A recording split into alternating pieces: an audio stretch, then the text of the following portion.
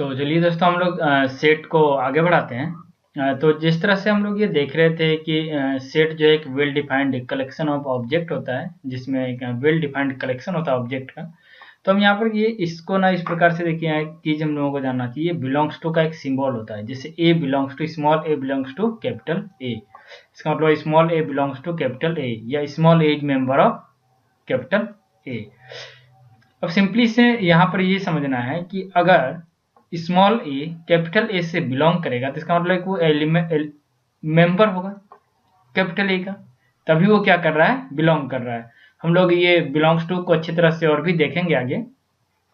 और ये किसका सिंबल है, ये जो है हमारा नॉट बिलोंगिंग का सिंबल है। It means not belongs to. अगर ये कहे कि not belongs to A, then हमारा सिंबल ये वाला हो जाएगा। और इसी तरह से हम इसको ना पार्शियली बिलोंग्स बोलते हैं। अगर हम डॉट डॉट डॉट से इंडिकेट कर दें तो ये एक प्रकार का मेरा पार्शियल बिलोंग्स हो गया। Charger, laptop.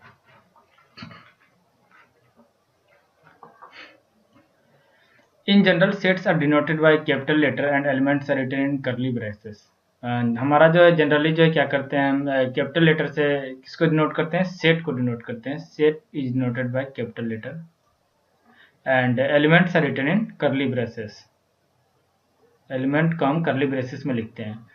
और उसी तरह से एक कार्डिनलिटी रेशियो होता है। कार्डिनलिटी का मतलब होता है, जैसे देखिए किसी भी सेट में कितने नंबर ऑफ एलिमेंट हैं। अब जितने नंबर ऑफ एलिमेंट होंगे उसे ही हम कार्डिनलिटी से इंडिकेट करते हैं। अब हम लोग एक एग्जांपल लेंगे आगे ताकि हमारा क्लियर हो जाए कि किस तरह से हमें कार्डिनलिटी फाइंड करनी है। जैसे मान लीजिए मेरे पास कोई एक सेट है, जैसे मैं अभी आपके साथ एक एग्जांपल ले ही लेता हूँ। यहाँ पे जस्ट मैं ले रहा हूँ, 1 मिनट दोस्तों, ठीक है। अब जैसे मान लीजिए कि मेरे पास कोई भी एक सेट है, ए है, और ए में जो है मेरा ए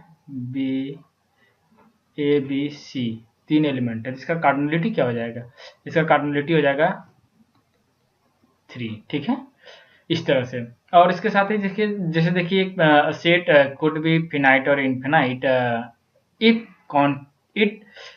it contains infinite number of elements then it is infinite, otherwise infinite. अब अगला पॉइंट आता है सेट के बारे में कि सेट जो है इनफिनाइट भी हो सकता है और फिनाइट भी हो सकता है।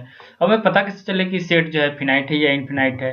तो देखिए एक प्रकार से एक बात बताइए कि अगर हम ये बोल दें कि हमारे पास जो है कोई भी एक सेट है, ये जो है हमारा एक सेट है और ये क्या कर रहा है, इवन नंबर का सेट है, इवन नंबर का सेट है।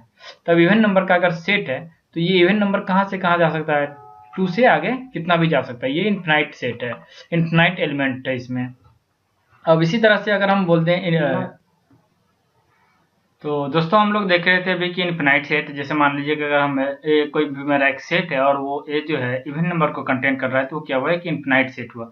इसी तरह से हम लोग क्या हो सकता है कि मान लीजिए मेरे पास कोई एक बी सेट है और बी सेट जो है इसमें क्या है, नंबर मेरा कहाँ से कहाँ तक है, 1 2 3 ही है। तो ये एक प्रकार से मेरा क्या है, ये बी सेट जो है सिर्फ 1 2 और 3 को कंटेन कर रहा था, ये एक प्रकार का फिनाइट सेट हुआ। तो इस तरह से हम लोग सेट जो है फिनाइट और इनफिनाइट दोनों ही हो सकता है। तो हम लोग और अगला पॉइंट देखते हैं दोस्तों। एक होता है रोस्टर और टेबलर। ये मेनली जो है ना सेट का रिप्रेजेंटेशन है कि हम रोस्टर फॉर्म में रिप्रेजेंट कर सकते हैं या टेबलर फॉर्म में या फिर सेट बिल्डर फॉर्म में। तो देखिए अगर हमें रोस्टर फॉर्म या टेबलर फॉर्म में रिप्रेजेंट करना है तो हम सिंपली जो है सारे के सारे जितने भी एलिमेंट है ना उसे हमें सेट के अंदर लिखना पड़ता है कि हमारे सेट में क्या क्या, जैसे ए के अंदर क्या है, 2 है, 4 है और 6 है। और इसी तरह से सेट बिल्डर में हमारे पास जो है, सेट बिल्डर के केस में जो जो एलिमेंट है उससे हमें लिखना नहीं होता पर हमें बताना होता है। जैसे मान लीजिए मेरा एक्स है, एक्स क्या है, इंटीजर है और एक्स जो है वो क्या है, डिविजिबल बाय 2 है। इसका मतलब एक्स जो इवन नंबर है पर वो कहाँ से कहाँ तक है, 2 से 6 तक है, वो 2 से 6 तक है। देखिए एक्स मेरा क्या है, कोई भी एक इंटीजर है और x जो है, x divided by 2 equal to 0 है। तो इसका मतलब क्या है, x जो है इवन नंबर है, ठीक है।